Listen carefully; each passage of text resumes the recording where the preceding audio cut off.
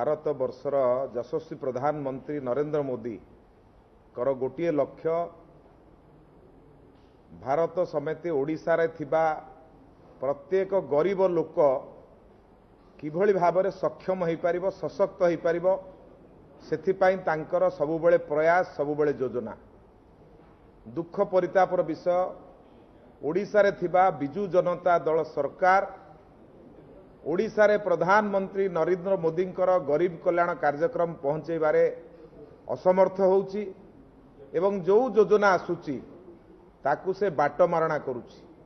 प्रधानमंत्री आवास योजना जो थे हाथ गुंजा नदेले आवास योजना रे ना पशि पारुनी,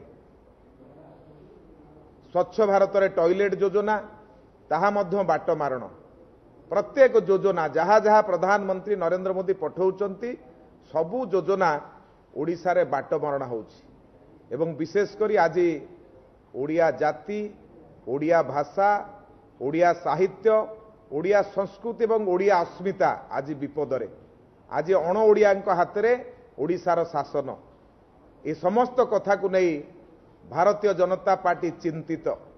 भारतीय जनता पार्टीर माननीय प्रधानमंत्री श्रीयुक्त नरेंद्र मोदी ये समस्त विषय को चिंता प्रकट करिसंती।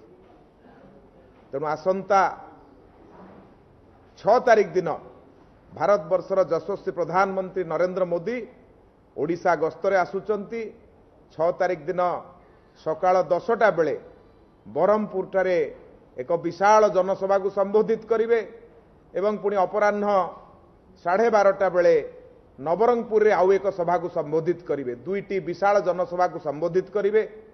तेणु जो भली भाबरे ओडिशावासी अपेक्षा करिकि रहिचंती भारतर यशस्वी प्रधानमंत्री तांकर प्रिय जे प्रत्येक समय गरीब पे चिंता करुचंती तांको मुहरु दुईपद कथा सुनिबा पाई ओडिशार जनसाधारण अपेक्षा करि रहिचंती।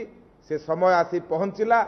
6 तारिख दिन दुईटी पार्लियामेंट रे दुईटी बड़ सभा हबो। से सभा माध्यम रे ओडिशा रे भारतीय जनता पार्टी सरकार पाई माननीय प्रधानमंत्री नरेंद्र मोदी आम समस्त को आग्रह करिवे अपील करिवे।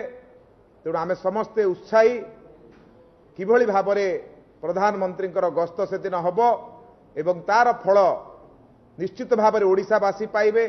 ओडिशावासी जो भଳି भाबरे प्रधानमंत्री नरेंद्र मोदी योजनारू राज्य रे थिबा बिजू जनता दल सरकार द्वारा वंचित होइचंती एठी जदि ओडिशा रे सरकार हबो केंद्र रे सरकार हबो ताहले केंद्र पठाउथिबा योजना ओडिशा रे पहुंचीबो।